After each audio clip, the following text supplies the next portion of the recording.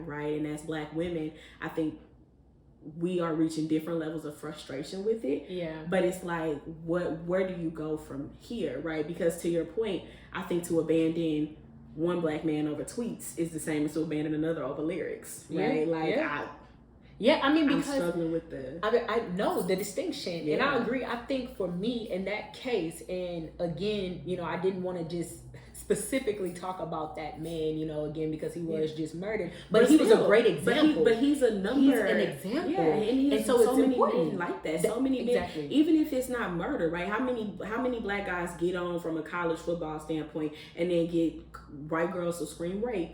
Right, and then all of a sudden his career is over, his reputation is tarnished. Do you remember? And then he needs to fall. At our college that we went to, it happened to so many guys on our basketball team. Basketball careers ended. Over. So we went to PWI, ended, done. From a D1 school in the SEC, careers done. So many cases. It got to the point to where I remember my freshman, it was like two different guys that I dated, but my freshman boyfriend, I remember that was the year where it really blew up. And he played on the football team at the school. But they were cool with like the basketball guys, and to the point where the football guys were like, nah, we saw what they did on the basketball side. We're not messing with them. So that particular group within the football team said, you know what? All of the popular athletes, they said, no, we will not be, we won't get caught up in that dynamic. But the thing is, they were, even once that wave phased out and once they graduated, the ones behind them fell into the same track. And it continues to fall into the same cycle. And I'm not, and this is not to say that, you should never date a non-Black woman. Have your preferences. We're not going to stop you. But what we're just saying is, in the process of having your preferences, we don't care about the preferences. We care about the respect. Yeah. We care about the respect that you have for Black women. We care about the fact that if you don't prefer us, you don't have to disgrace us. You don't have to demean us. You don't even have to comment on us. But it's also fair to understand that when you surrender your Black woman flag, you're also surrendering, when you're surrendering that desirability flag, you're also surrendering that you can potentially surrender that protection flag or that safe haven flag as well. Because I know for me, this is just how I was taught by my mom, my dad, everyone in my life. First of all skin folk ain't kinfolk, but also at the same time, and that goes in a lot of different ways that can be taken, but also at the same time, you support who loves and supports you. You be there for those who are there for you. You watch out for those who watch out for you. It's reciprocity. It has to happen in any relationship. Familial, friendship, romantic. There has to be reciprocity. So for me, I just think about in this topic, and I'm so passionate about it because to me, that's psychologically damning. That's mentally anguishing to know that, dang, like this man, this is how he feels about Black women, but so many Black women, so many Black men out there and Black women will sit there and tell me that I need to pick up my cross. I need to literally pick up my picket sign, and I need to rest in peace and march outside the city hall for justice for a man who despised me. My very existence, everything that I stood for, he hated me. And I'm supposed to pick up my cross and march and put my life on the line and put my mental health on the line? And arguably, right, is what Jesus did, right? I mean, that is what Jesus did, fair enough. And it's the command for Christians. And I think that's why, to your point, it's hurtful, right? Yeah, it's hurtful from an abandonment standpoint. But what I will say is something that can ease the blow. You fall in love with who you fall in love with. Correct. And if you fall in love with a woman of a different race, just say that. Just say, this is who I fell for. Yeah. But I think Black men have to get to a place where they understand and accept that they're only ally. Deeper than that, But I think that they have to get to a point where they understand and accept that their only ally is the Black woman, right? We could talk in circles about whether or not people should only date within their race, but the fact of the matter is, Black women date outside of their race at high rates, but I'm not against it. But they don't abandon their Blackness in doing so, and they don't demean and disgrace Black men in the process. Even she just got appointed to the Supreme Court. Ketanji Brown Jackson. And I know that someone, when I made this post, someone tried to say, well, we supported Ketanji Brown Jackson and she has a white husband. The difference here is preference. I don't think that you should be penalized for dating outside your race. And it's not even, or preference, or who she just fell in love with. We don't know. Yeah. But I think in his case, the difference was, the only thing that I'm upset about is the fact that you disparage black women in the process. But yet and still, even though we say arguably, yes, that is what Jesus did, for those who he loved, that's what he did for his children. Even at the same time, but there also is wisdom that we have to exercise here. Yeah. And I think that black women, we have just faced too much mental anguish. We have faced too much adversity. We're triply oppressed. I feel like it's unfair. Like, that's not to say that I wouldn't do it now in his case. I mean, we're not even in his case, but I think in this dynamic for abandoners, no, I'm not going to put myself at a mentally, in a mentally draining or exhaustive state, because my mental health is so important, and for different reasons it can be fragile about things like this, because we've been hurt by them for so long, or I say I've been hurt by them for so long as a black woman, that I can't continue to do that and protect my peace and everything else that God has called me to. So that's my stance on it. But I think that just in general, I think that we have to be fair and say, okay, is this fair to ask? Is it fair to ask? We know that it's biblical to be there and to support one another. But again, support looks different. And to what extent can you keep expecting to completely demean, disgrace, disparage black women in all of these capacities, even in these lyrics? Because I'm not letting them off the hook either. But how long can they expect to do that and say, okay, but black women is biblical, you still got to be there? And to what extent do they still have to be there? Are they supposed to march? And my thing is, I don't think that we have to be there to an extreme. So I think extent. The way that I see this is, I always love how the Rastafari look at respect and authority, right? They always say, I cannot both critique a thing and expect it to provide for me, right? So they live completely free from the government. They provide their own food sources. They live on land that they own. They do not pay taxes. They don't receive any help from the government. COVID came by, they wasn't getting masks, right? Because they believe that they don't agree with the practices of the government. And so they say, but we cannot both condemn a thing and be reliant upon it, right? People do this with God all the time. They talk about how he should have did this, should be that, but yet and still they still rely on him to wake up in the morning, right? And so I think the problem with this situation as a whole, right, is that black men and black women are at war with each other. And I say this all the time, and I will literally say it until I'm blue in the face. It's a hill I'm willing to die on, right? Is that there's so much anger on both sides, even listening to you talk, right? The amount of pain that I can hear in your voice, right? Because it's something that you even say that you struggle with your whole life, right? With black men, even from a colorism standpoint, right? From you went through the thing where you lost the weight, right? Because black men were like, well, we want this or we want that, right? And it's like black women are constantly bending and moving and twisting for black men, right? But in the same breath, condemning his actions. And I think that there is a place for correcting that which you love, but I think there's also a place for saying a house divided simply cannot stand. This is like this is street law, political law, corporate law, biblical law, girl code, boy code, whatever you want to call it. A house divided can't stand. And inevitably, black men and black women have to choose, right? Like, they just have to choose. And we are stuck in this cycle where we both want each other, but not in the state that we in, and not if we doing this and that, and we only willing to ride for this long. And when I look at white women, and this is different because their men do the same thing, right? And I want to acknowledge that. But when I look at white women, Asian women, Indian women, any other race of women, now with this whole feminism rise, they kind of are starting to, but up until now, there has not been outward public critique of their men, because what they understand is that only damages the entire community. Does that make sense? It only damages the entire community for us to be at war with each other. Now, that's why you even say, like in strong family dynamics, right? Behind closed doors, we get it in however we get it in, right? But forward facing, public facing, and people at school that's just gonna be like talking crazy to my brother or my sister, but because we got into it, I'm like, well, he can get his butt whooped tonight. Does that make sense? Like, there's this sense of unity that has to come into the picture, and I don't think it falls squarely on the shoulders of black women. But that's why this podcast is about the state of black men, because inevitably, and I want to keep reiterating this, the longer black men see black women as their enemy and not their own manhood being broken as their enemy, we will always have this problem, right? And black women will always, rightfully so, feel this disdain for having to represent that which does not represent them. Does yeah, that make sense? And I agree 1000%. And I think, and just to clarify too, I think that with me, first of all, growing up, just because I want to get very specific for some of y'all who don't know me.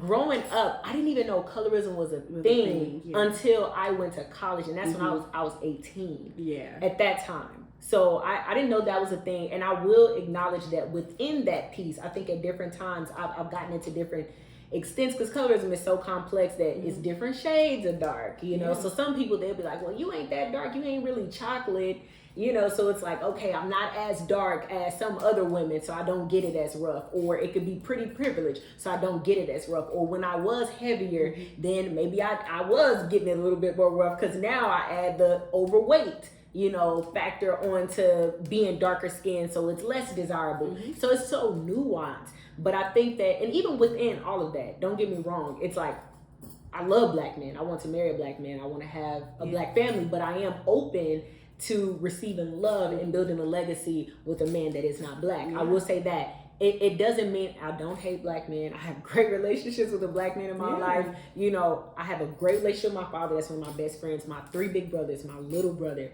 Great relationships with them. Not even just my family. There are other black men that I respect tremendously, that I love tremendously. I've had great relationships with black men as well as the opposite. So it's like, don't get me wrong. I think when we talk about that pain or that disdain, it comes from a place, I think, and I can speak for myself, it comes from a place like, it's not that I'm fed up with y'all, I'm done with y'all in words. You know, it's more from a place that's like, we need to talk about this. We need to have this conversation, and we can't keep putting it off, because for a long time I felt that way, like, well, I really don't want to have this conversation out in the public because I want to stay on code. You know, I'll never sit there and talk to another person that is not black about black issues. I just don't. That's my code that I live by. But at the same time, it's like, okay, well, I can't keep suppressing how I feel. I can't keep suppressing how many black women feel but are not speaking on, because they're scared of the backlash, because they're scared of the notion that, hey, black men may have this conversation, and in this conversation we may never reach a resolution. But the thing is, at the end of the day, there doesn't need to be a I hate black men campaign, and there certainly is no need for the I hate black women campaign, or the it's black women's fault, it's solely black men's fault. It's accountability that has to happen on both sides. But I think for me, I'm just getting to that point to where I feel like it is detrimental that we start having that voice to at least start the conversation, so that we can find that common ground. But I will say I certainly agree on the fact that it's like, okay, we can't just go around bashing black men, but you want a black man. Okay, what is the solution? So let's be solution oriented when we speak. And it's like we said in the earlier portion of the podcast, right? There's a difference between the Roommates podcast. You talking about, right? Their goal is to speak towards the betterment of black men, right? Not to speak down on the state of black women. Does that make sense? There's a difference between that, and we're not doing that on this podcast, right? But I think so many women are carrying that anger, and I was talking about previous point, right? That it's not coming from a constructive place. It's not coming from a hey, and that's why I always try to be adamant about circling back to this is bigger than the black man and the black woman. It's about the black household. We know and we the black community. About the black child, I'm a circle around to it every time, because I was the black child that was a product of so much trauma. My God. Yeah. And I look at it, black kids right now, and I know that there are not enough therapists in the world for what these babies will need in 10 to 15 years. And it's 100%, what's that? I was about to die. Is it plugging in? Or is it plugging? It's okay. It's okay. Don't worry about it. There you go. Okay. Cool. But it's 100% based on the fact that, dang, I forgot what I was talking about. You were saying you were the product of so much trauma, the child. But because I was directly in the crossfires of a black man and a black woman at war with each other, right? Who were still choosing each other, refusing to leave each other, but not seeking to correct, not seeking to better, and just demolishing everything in the process.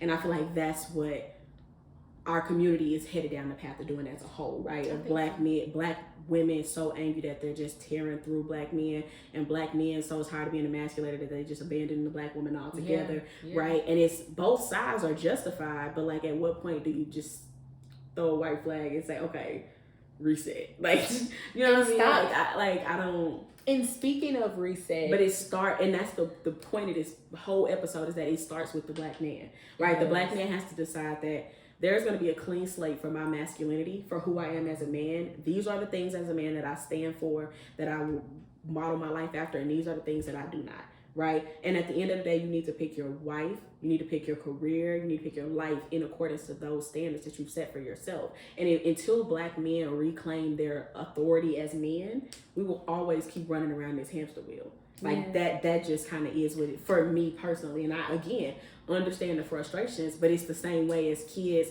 who are helpless in a house with two parents who are immature or irresponsible, right? The child can't do anything about it. Or and not in the same way, wise. black women by themselves cannot fix the black community. Absolutely. If it starts from the head, that's like all the employees rallying together and all of the management team is like, middle fingers up, right? Like, it doesn't work that way. Black men have to first reclaim their authority, right? And then they have to hold the standard for the things that they will and won't allow. And then black women will fall in line because they want a black man. And the crazy thing is, women are submit. The funny thing is, you hear so much about black women don't submit. And the crazy thing is, obviously they are submitting to you because they're having your babies without a ring. And yeah, there are some women that don't care about marriage, but there are a lot of women that desire marriage and children, but they are submitting to your order, so that means if you won't give them the ring, but you'll give them the child, they'll take the child. Yeah. You know, they want to be provided for, but if you can't provide completely for them, they'll go to work.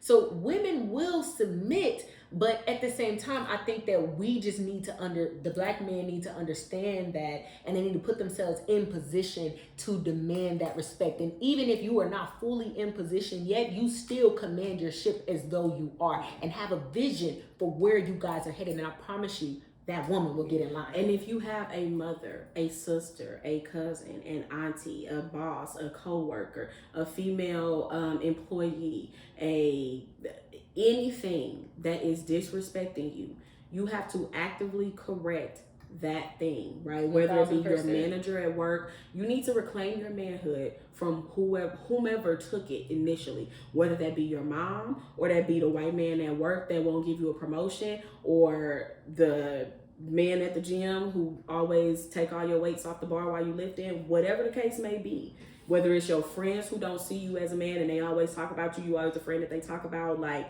you have to take your manhood back first from who took it, and then you need to reclaim it for yourself and apply it to every other area in your life. And literally, because it will spill over. That is what Will Smith is not doing. That is what Russell Wilson did do. That is what Kevin Samuels has been unable to do.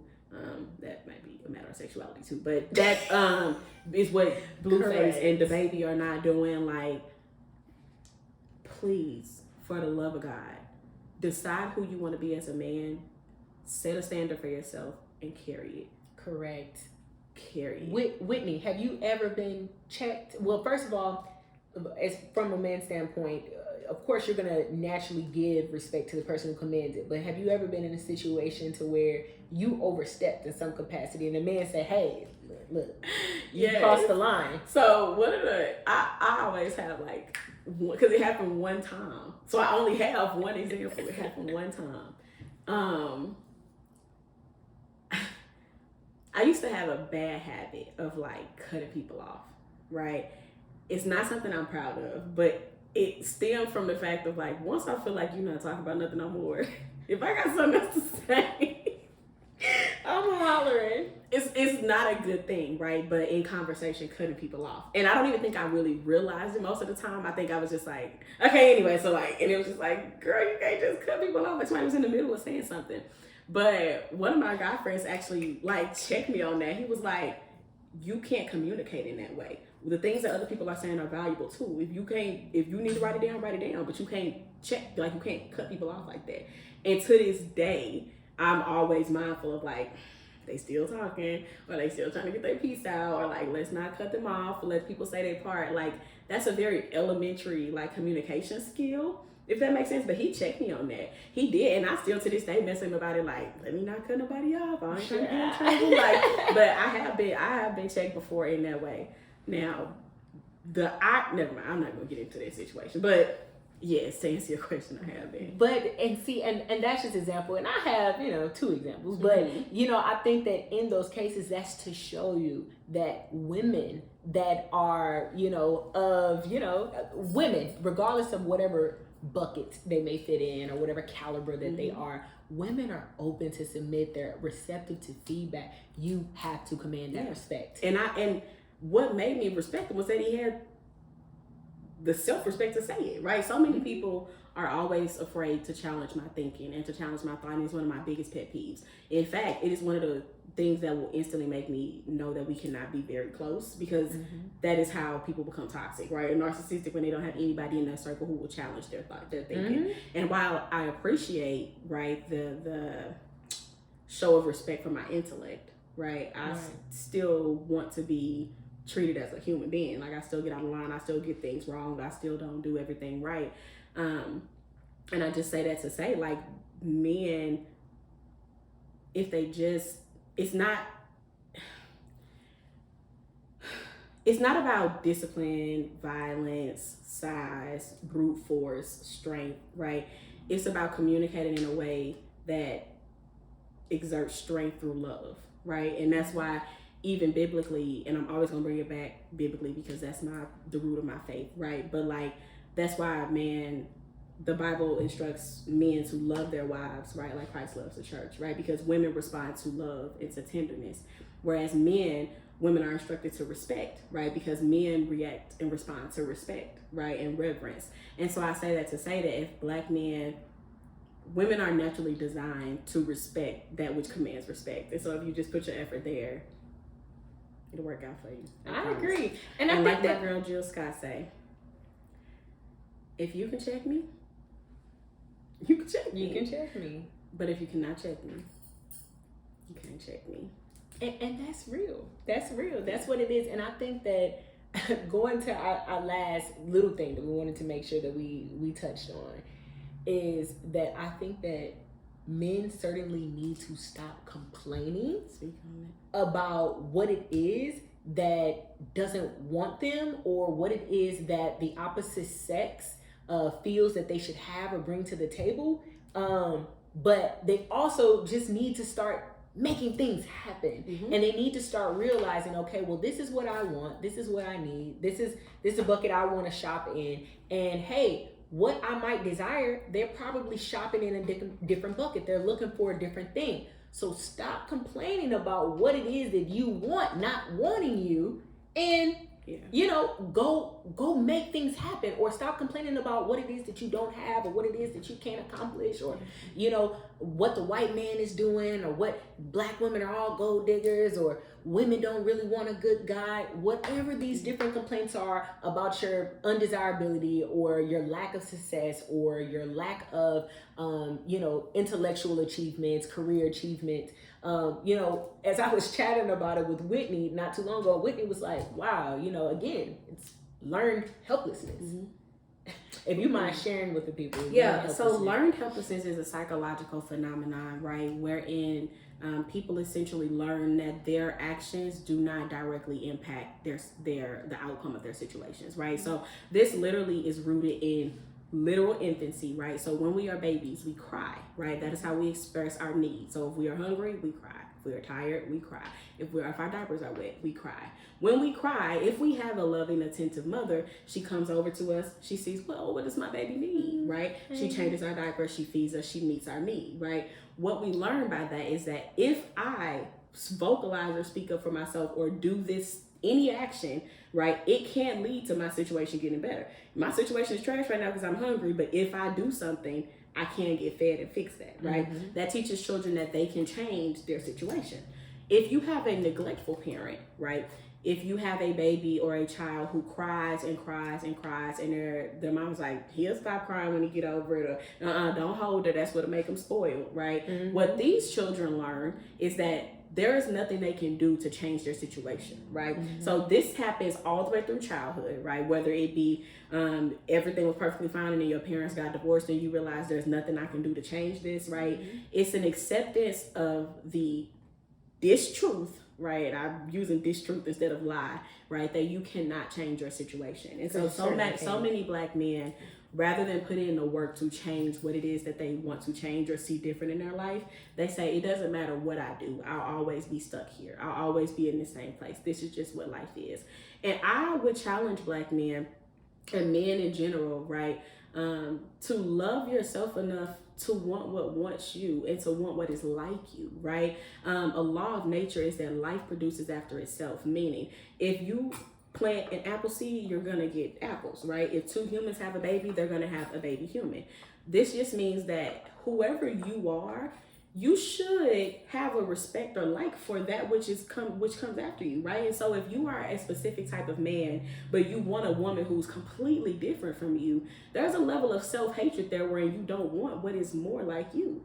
Does that make sense? If you know that you secretly like playing Yu-Gi-Oh! And video games, but you think that all of the women like that are lame, there's a level of self-hatred, because what you really need, right, is a woman who identifies with you and who you are. And that's the same thing for women, right? A lot of times we think that we pick who we want based off of what will be good for us socially or externally, but love and respect yourself enough to put some respect on the principles of nature that we produce after our own kind, right? And that's not to say that you should not want something different than you, but if your desire is for something so far from who you are that you have to completely change your being in order to receive it, like, what is it that you really despise about yourself? And that's not in terms of like career potential or moving up into new levels in life, right? Because I am a firm believer in consistent growth and development and evolving, right? But that is to say that if you are a person that likes to stay at home, read books, light candles, keep a clean house,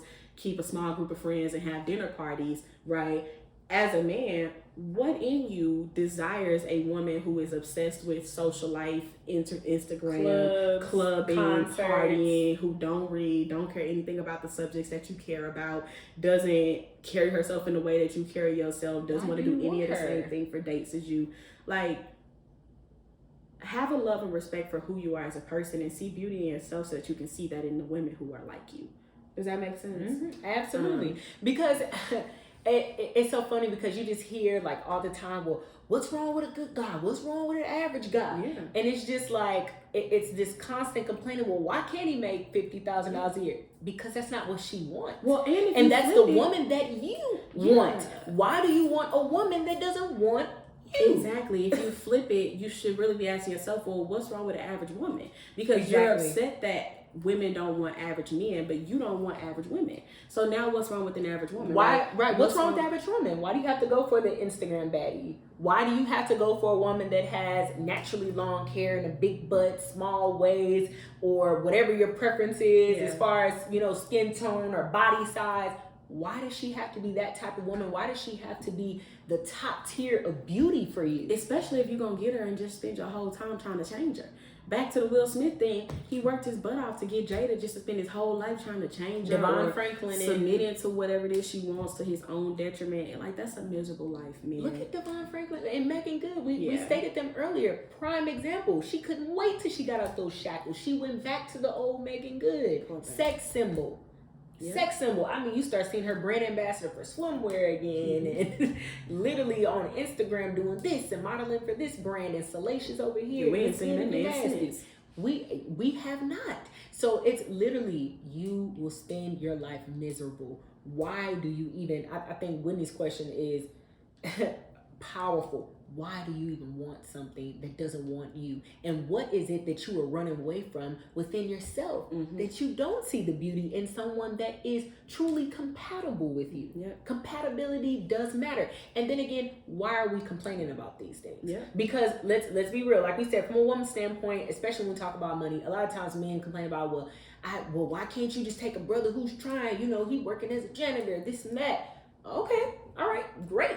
Like we said, why can't you take a woman who doesn't have an attractive face? Why can't you take a woman or who has an attractive face without makeup? Why can't you date a woman who wears her natural hair, or who weighs 155 pounds, or who likes to read books and who's do not the graphic quintessential ideal of beauty, who's not at societal standards of beauty? And the crazy thing is, unfortunately, you know, I bring up this point, and you know, and again, not to cause that division, but I think that men can lead us better in this, because that is not something that you really hear a lot of women saying, and specifically a lot of Black women. They get down and they say, okay, well, all right, well, I'll go get a BBL, or I'll go get in the gym, or I'll, you know, some people bleach their skin, or some people pay for longer hair, or some people go get braids and spend all this money to beautify themselves. They spend tons of money on makeup. I know makeup is expensive. Yeah. You know, and now for me, I buy the same Fit Me from Maybelline CVS, my 40% off coupon, and that'd be it for me, baby. But you know, and makeup is expensive. But it is. My daggone foundation is $50. Yeah, you know, or when we get into a lot of other things, it costs. Beauty costs. So I think that we have to look at it like, stop making excuses. You know, of course that applies to women as well, for the Black community in general, but we're talking about the men because you guys are the head, and that bleeds down, that trickles down the chain. But Black men, stop complaining about what it is that you don't have and why you don't have it. Focus on how to get it. There's just certain things required of men, but you can't complain about what's just required of you. Even as women, there's just certain things. I got a problem. I have the same issue with women who complain about having to do womanly things. I understand if you are an accomplished corporate modern woman, but you should still be able to take care of your home. Correct. I'm not do laundry and cook. You should. I'm not. You should still be a nurturer. You should still have the patience to teach and lead your family in the heart area. You should still have the ability to be a wife to your husband, right? And so we feel this way across the board. It is what it is. At the end of the day, communities do not function properly without defined roles and people knowing who they are in the community and what their job is. So I think that was kind of what we wanted to talk about. It was the state of the Black man, in episode 1, and then this episode just talking through how it affects us as Black women. Like, you got a closing thought for us, or? I think the closing thought is, you know, here again, this is not to say, like, this is not to point the finger and say, you need to do this and you're the reason why we're here. But this is to say that, hey, you know, this is the state of the Black man. We have to do better. We want you to be better. We want you to be healed. We want you to be whole. And because we know that impacts us as the Black woman, that impacts our ability to operate effectively as the Black community. And whether y'all see it or not, you being in harmony with the women who you come from, it's critical to your success as a man, right? You, Black men being in harmony or at peace with Black women and the Black woman in his life is critical to your success as a man at the end of the day. Yeah, like, I agree. That's it. I agree. That's it. I agree. Well, thank y'all for joining the State of the Black Man. For sure. And we will see you guys next time. Next week. All right. So see you. Cheers. Cheers. All right. Oh, that was our longest one yet.